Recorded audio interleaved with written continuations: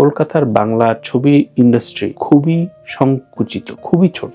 বাংলাদেশের ইন্ডাস্ট্রি অর্ধেকেরও কম। সেখানে একটা ছবি মাত্র 2 দিনে 2 কোটি টাকা আয় করে ফেলেছে। বাংলাদেশে আরিফিন শুভ বিগত সরকারের দোসর, করে নেওয়া যাবে না। শাকিব খান এমন হাই বাজেটের ছবি করবে এবং উনি যে পর্যায়ের কাজ করবে, যত টাকা নিবে ওই টাকা এফোর্ড করতে পারবে না ইন্ডাস্ট্রি, এবং এফোর্ড না করতে পারায় শাকিব যেভাবে ভাববে ওইভাবে ওর ছবিটা হবে। কোনো পরিচালক ওর মতো করে ভাবতে পারবে না। খুব সিম্পল হিসাব।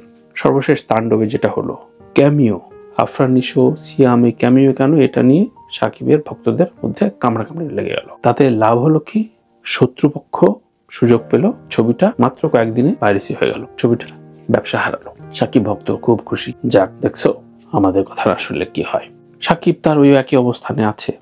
আমি 2 কোটি নিলে পরের ছবি 4 কোটি, তারপরের ছবি 8 কোটি, তারপরের ছবি 10 বেড়ে যাচ্ছে। ইন্ডাস্ট্রি যে কি অবস্থায় আছে ওইদিকে কারো দেখার কিছু নাই। এই দায়িত্বহীনতা, এই দায়িত্বহীন আচরণ, কি রাজনীতিতে, কি শিল্প সংস্কৃতিতে, সবকিছুতে ইনক্লুসিভ না হওয়ার, সবাইকে নিয়ে না থাকার এই খেসারত আমরা আজও দিচ্ছি।